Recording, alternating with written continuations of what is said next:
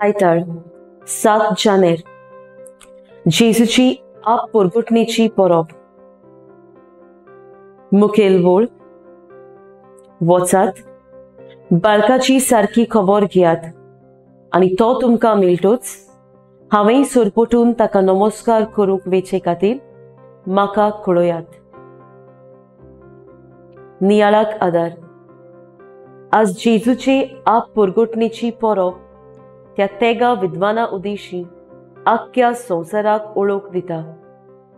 तेगा विद्वानांनी जेजू राजाक भांगार समोर पिले, जेजू देवाक दूप समोर पिलो आणि जेजू मनशाक गोंदरोस भिटयलो.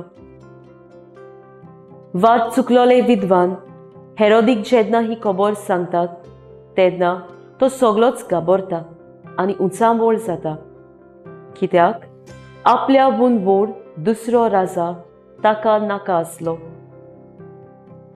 आख्खो संवसार जेजूक वळखता, पूण हेरोद जेजूची ओळख घेवंक सोदिना.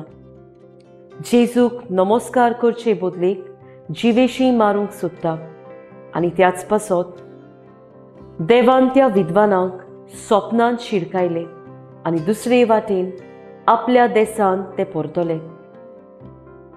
आज जेन्ना एक गरीब आणि बरो मनीस म्हजे परस वयर सोदता तेन्ना म्हज्याय भितर उंचामोळाय येता. ह्या मनशा पासत देवाक वाखाणचे बदलेक त्या मनशा विशीं म्हजे भितर निड्डुकाय आनी राग भितर सरता.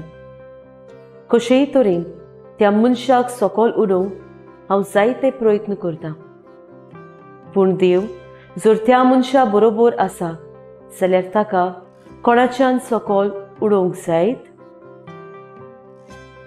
सगळे म्हजे खोटे उपाय निर्फोल जातात. अशें एका दिसाक दुसरो न्हय बगर हांवूच सकयल पडटा आनी म्हजो शेवट दुखीचो जाता. म्हजो थाराव. गरीब आनी बरी मनशां म्हजे परस वयर सरतात तेन्ना आदार दिवंक वावुरतलीं.